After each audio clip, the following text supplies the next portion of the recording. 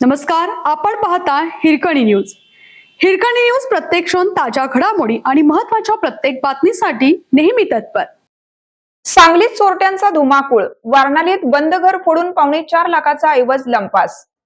सांगलीत पुन्हा एकदा चोरट्यांनी डोकेवर काढत नागरिकांच्या सुरक्षिततेवर प्रश्नचिन्ह निर्माण केला आहे.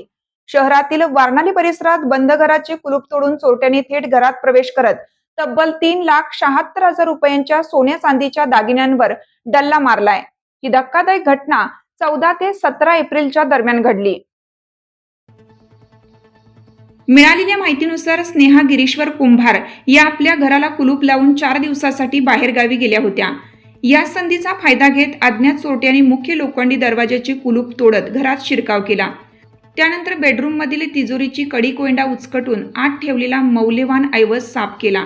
चोरीस 6 तोळे 1 ग्रॅमचे सोन्याचे दागिने, डायमंडची अंगठी, चांदीचे दागिने, रोख 30,000 रुपये आणि 5,000 रुपयांचा मोबाईल असा मोठा ऐवज लंपास करण्यात आला. घटना उघडकीस येताच परिसरात भीतीचे वातावरण पसरलं असून बंद घर आता चोरट्यांसाठी सोपी टार्गेट बनली आहेत का, असा सवाल उपस्थित केला जात आहे. स्नेहा कुंभार यांनी तात्काळ संजयनगर पोलीस ठाण्यात धाव घेत फिर्याद दाखल केली.